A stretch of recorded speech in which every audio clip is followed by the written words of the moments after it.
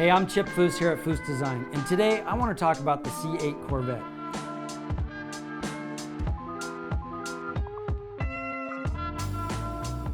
Ever since the debut of the Corvette in 1953, it has been the iconic American sports car. And there have been rumors, show cars, talk about going mid-engine forever, but they finally did it. The engine is right there in the middle of the car now. I don't know if I'm a big fan of it yet or not, because I always thought of the Corvette as being one of the two cars that had the best evolution of design. One being the 911, second being the Corvette. You could follow every year what they did, and all of a sudden, we did a giant step in design and engineering. So, as I say, I don't know if I'm a big fan. I haven't spent a lot of time with the car, but let's spend some time with it today and see if I become a fan. As I mentioned, the Corvette had an evolution in its design that you can follow from the C1, 2, 3, 4, 5, 6, all the way to 7. You know, it was a long nose, short rear, a beautiful car that just kept getting refined. And all of a sudden, the proportions and the layout completely changed, and also the design language was a complete departure. There's a few lines that resemble the C7, but a lot of it, to me, completely abandoned what it was. And that's why I'm fighting falling in love with this car. I think if I were to have designed this car, I would have tried to have kept some of that lineage, because to me, that was the beauty of the Corvette, is you knew exactly what you were looking at when you first saw it. You look at this, am I looking at an NSX? Am I looking at a Ferrari? Am I looking at some other supercar? It's a Corvette, but it doesn't say Corvette when you just look at it, and that's what I'm missing. So before I get sketching, if you want to see some of the input I've done on a C2 and a C5, previous episodes, if you backtrack, you're going to find those. But I'm going to play around with this and see if I can figure out how I would make this look more like a Corvette if I had designed the C8. And I'm just going to do a straight overlay, so I'm working with exactly what we have here.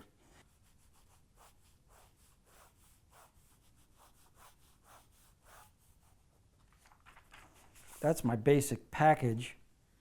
I don't want to abandon that, but I want to bring up some of these cars from the past and look at those as inspiration.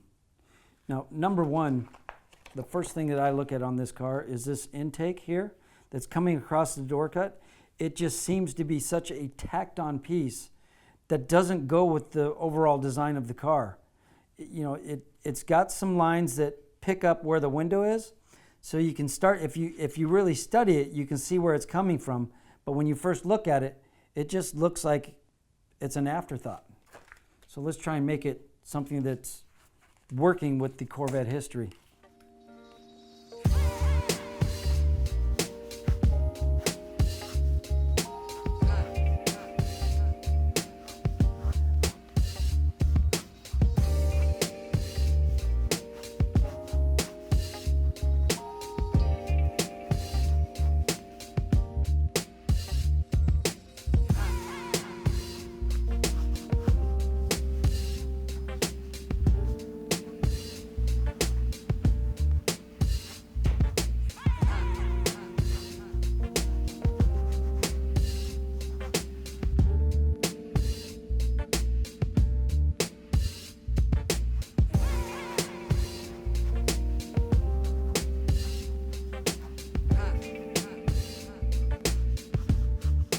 You know, don't get me wrong, when I'm saying that I don't know if I'm a fan or not, I'm a huge fan of the performance.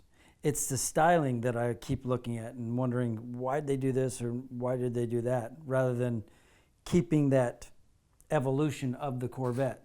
And if you're asking, why did they make the big leap to mid-engine? Well, they were at a breaking point with what they could do with a front engine. You also had Ford over there making a GT that was a huge success and a supercar. And then to build a car like this, 0 to 60 in less than 3 seconds, that's an amazing feat. Originally, they were talking about doing a front engine as well as a mid-engine, but when they produced this and saw what it could do, nobody was going to buy the front engine. So my hat's off to them for building such a fantastic car. I would just like to see what we could do with the styling of it. But as far as you're asking, why did they do it? All those reasons. They needed to compete, and for $60,000, they've blown them away.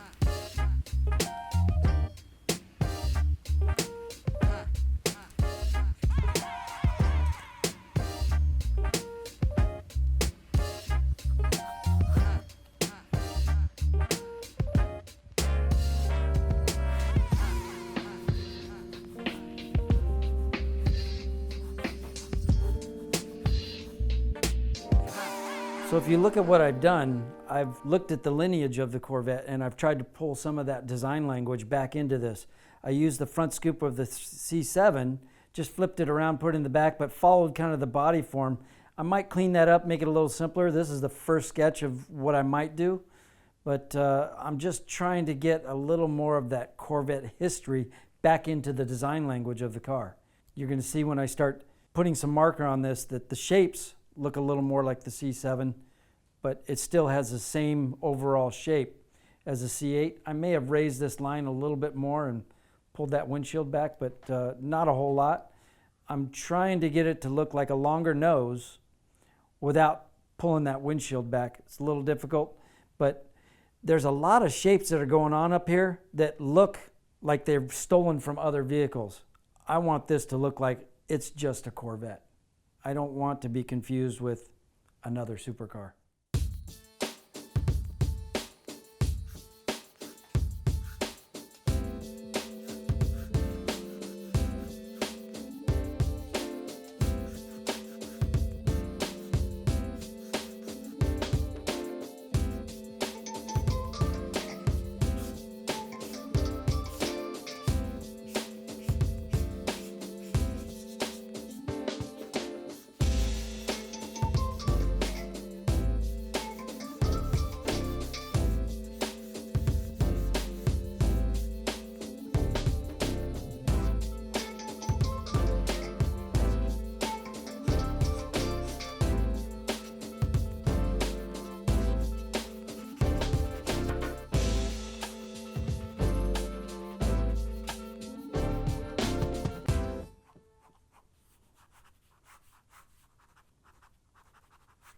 It's a quick, loose sketch, but I think this carries a little more of the Corvette design language than the C8 does.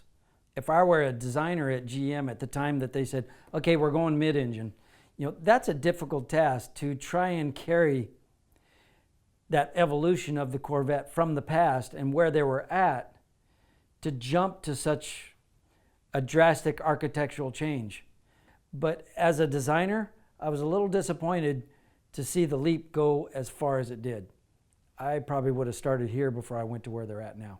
As you can see, what I tried to do is I tried to keep everything with the wedge shape, but give a little more mass in the back by lengthening that window, changing that line, getting rid of this that really chops the car in half, and tried to give it a little more direction, take it from the C7, which was up in the front fender, almost reversing it and putting it into the rear fender, still keeping the gas cap in the same location, bringing that wing into a body color, not looking like it was something that was tacked on. It can be bolted on, but be body color.